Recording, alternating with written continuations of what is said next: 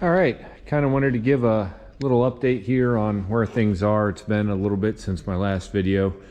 Been very busy with the full-time job and has a bunch of travel coming up here. So figured today I would make a probably shorter than normal video to kind of update you on different things I've been working on, and especially on this 114 and about other things around here have been going. So the 7302 gas that had the spun main bearing and rod bearing left last Saturday.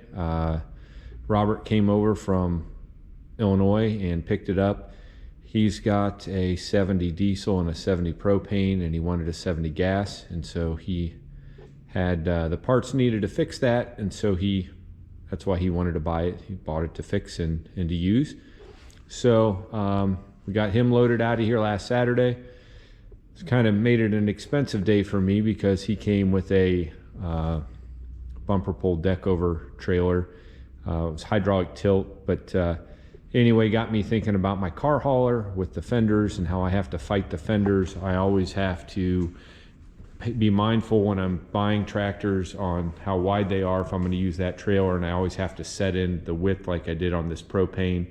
It was set wide when I got it, and so I either have to use my big gooseneck deck over to go pick up tractors, or it's kind of a pain with the fender. So made a decision this week. I think I'm going to sell my car hauling trailer and then buy a bumper pull deck over. I didn't want to get another gooseneck deck over the smaller trailer. I'd rather be a bumper pull, so I can keep the bed of the truck open. So anyway, I'll keep you updated on how that goes here coming up on my search for the right trailer for me. And so then I started working more on this 114 after the 302 left, and after Robert got me to think about spending money on a trailer. And it's coming along. I had already had some holes in the bottom of the gas tank, so I had that brazed. And then I did on a couple other gas tanks here, I had some holes in them, had them brazed. And what I did then was, if I can pick this one up, it's got gas in it, but Permatex uses has a gas tank repair kit. It's got fiberglass in it, and it's a 2-part mix. And so I had this one brazed also, and then I put the 2-part kit on it, and it still leaked a little bit. And so I noticed didn't have it on very thick, so I put another on with the fiberglass, and I've had gas in this, not a lot, but there's gas in that tank, and it's been in there for over a week, and I have nothing seeping out. So I'm pretty happy between the brazing and the Permatex. Hopefully it'll solve my problem. And I did the same on this one. I backed up the brazing with the Permatex. I added new line with the shutoff here. The line comes through this cover, comes out. I put an inline filter in. I rebuilt the fuel pump down there. I rebuilt the carburetor, and then realized that my old carburetor, the bowl, had holes in it, and so I ended up getting a new carburetor from iSafe Tractors and put it on and started this up, and it runs good, except there's kind of a knock in the engine. So I'm gonna have my buddy Oliver Phil, who knows more about these Kohler engines than I do, come over here soon. I'm going to run it for him, but I'm pretty sure when I'm hearing it, it sounds like it probably needs freshened up. I'm guessing that motor, but it's not an expensive rebuild. So I've got that coming. Probably going to have to work on that. In all of that process, I would use the key switch, and when I turn it off, it wouldn't stop, wouldn't turn off. And so I put a new key switch in. I got it from Welter's because Welter's has the regular Intech switches. Put that in. Didn't solve my problem. I don't know if I can see, but if I tap,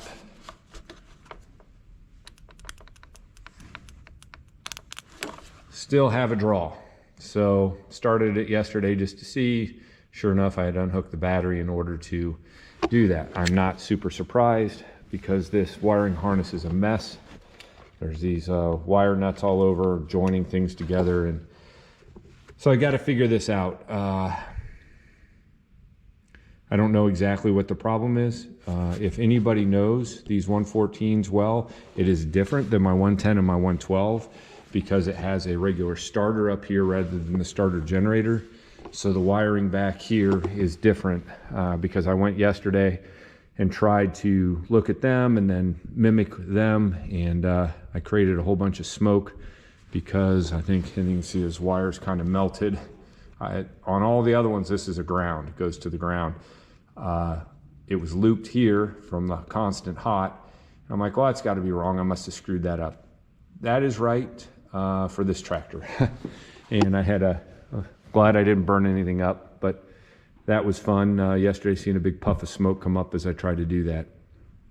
So right now, that's kind of where I am. I did pull the electric lift off. He had to take apart, take the platform off and some other parts. And I started to mess with that. It's over here on the workbench. So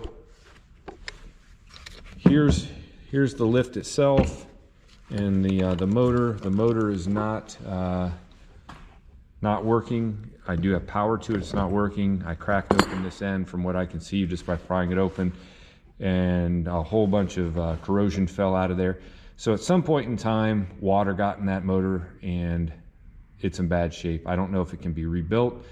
If anybody knows if there's anything out there that I can replace it with, I would love to know what model it is that would bolt right up and I wouldn't have to mess with trying to get that rebuilt. But that's kind of where I am on the pump right now, or the lift. From what I've learned so far, they used a few different electric motors on these, and I'm going to guess because maybe they had problems with them. I'm not exactly sure, but that's where I'm at with that. A little frustrated that there's not more info out there on these, but I will find somebody at some point that knows more about these than anybody else, and they'll be able to point me in the right direction. I did get the wheels powder coated, mounted the tires, got the tubes in those, all that's good. I do have a slight leak in the rear end. I've got to sort that out probably next. After I figure out what I'm going to do with the motor, I'm going to figure out why I'm dripping hydraulic, or basically it's ATF, out of the hydro rear end. And if I can figure that out, then I need to do kind of the same thing on the clone 112 over here that's going to be for sale, but it's leaking.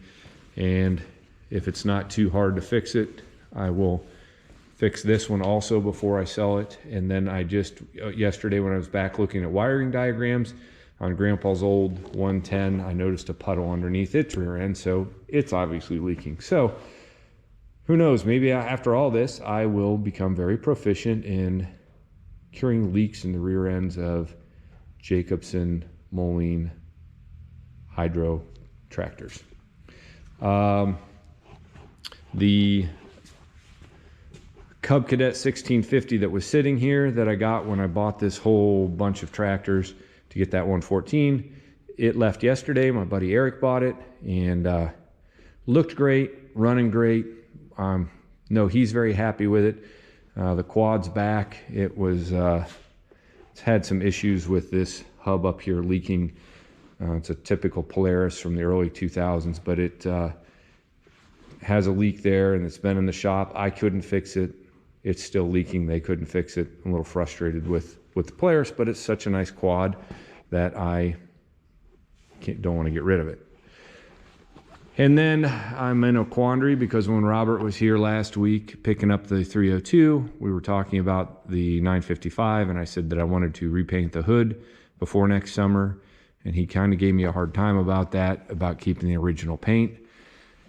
And I'm debating, if nothing else, I'm going to redo the white, or that's actually the Oliver, it's got the greenish white, clover white.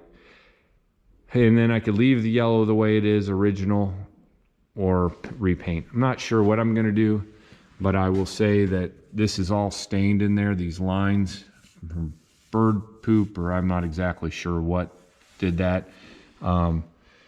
So that's not gonna go away, and I've already polished on that hood, so I kind of got to decide what I'm going to do with that hood, because I'm getting to that point of the year. I mean, by the time I'm done with all this traveling, it's going to be the end of February, and I need to then kick it into high gear on getting metal off and getting it prepped for paint, because before you know it, it's going to be warm enough for me to start painting.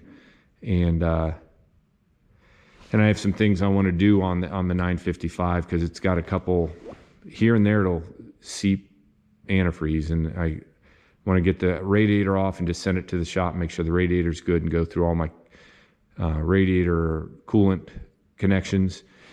And then we still got to figure out why it's dripping hydraulic fluid down into the rear end. And I've eliminated one of the possibilities, but my buddy Oliver Phil again is going to come over, since he knows all of our rear ends, and since that's a Oliver/white rear end, we're going to try to get that figured out. So that's kind of a quick rundown of what I've been working on. I would love to get this 114 where it needs to be, because again, it's going to be March soon. I need to get this thing mechanically where it needs to be, and then I'm going to start stripping it down, cleaning it up, and prepping it for paint, so it'll be a full restore, because the previous... All right, I had to actually stop and take that call, but anyway, hopefully he doesn't call back here in a second. Need to get this stripped down, sandblasted, prep for paint, and have it ready for shows next summer, because it will go every place that I can possibly take it. I know we're doing the Plain City show, we're doing Half Century of Progress in Rantoul, and then the Prairie Gold Rush show up in Napanee, Indiana. So hopefully it'll make a trip to all those, but got a lot of work to get done on it before it makes any of those trips. And like I said, I need to figure out the rear ends and hopefully see if I can fix that leak on Grandpa's rear end. And boy, that sounded weird. On the hydraulic gear case in Grandpa's old tractor, and then do the same in this 112 over here. So anyway, that is an update. Sorry for a short video, but I've nothing real exciting going on now that the other 302 went away, and it's just been picking away and trying to learn about garden tractors, because I've not really ever worked on one of these. So anyway, hope everyone's doing well, and hope you're enjoying the videos, and I will update you when I get back from all my trips on how things go. All right, I'm going to try this one more time. Hopefully my phone doesn't ring again. So I need to get working on this, get the bodywork all stripped off, sandblasted, and start getting it prepped for paint, because things are coming up here pretty quick. So it's kind of where everything is. I will keep you guys updated on my progress on this and on the 955 and the little things I got going around here. Appreciate everybody watching and subscribing, and the positive feedback I get from the ones that email me and everything else. I'm glad that hopefully my videos are helping people with things, and entertaining too. I know my voice isn't the most wonderful thing to listen to in the world, but there you have it. Thanks again, and please like and subscribe, and get through this winter and get back to where we can be outside on these beautiful Moline tractors.